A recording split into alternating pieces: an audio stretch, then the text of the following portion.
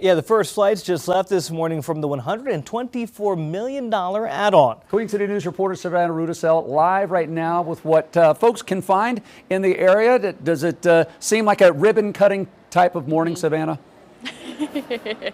Not necessarily a ribbon cutting, I would say, Jason, but definitely a relief to some. I mean, it's given everyone just a little bit more elbow room, right? As they're opening up, walking around the terminal, you can see that there is just a little bit more space. Now, this new addition adds almost 250,000 square footage of space to the airport. So when you're going as far as how far it's going to take you to get to each side, here's just a little bit of a heads up. If I'm standing here at the very entrance right near the terminal lobby, that walk to Terminal A, that's going to take us about 10 minutes or so, but that's still a shorter walk than going all the way down to the gates that are currently existing down in Checkpoint E, if you've been down there anytime lately. So overall, it's still a bit of a walk, but once you get there, if you're tired, if you're hungry, plenty of options to refuel. Now, Dunkin' will have its third location in the area in the expanded Concourse A. Crown Diner will serve breakfast all day long with burgers, sandwiches, and cocktails, and there's a local favor. Great Wagon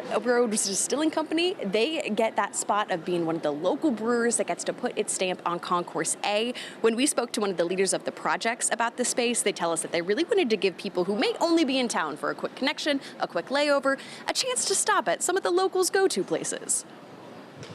It gives them a little bit of a sense of flavor about what Charlotte is. We're known here for our breweries and a lot of our local eateries. So, to the extent that we can start to incorporate some of that into our concession portfolio, it gives us that opportunity to show people what Charlotte's about.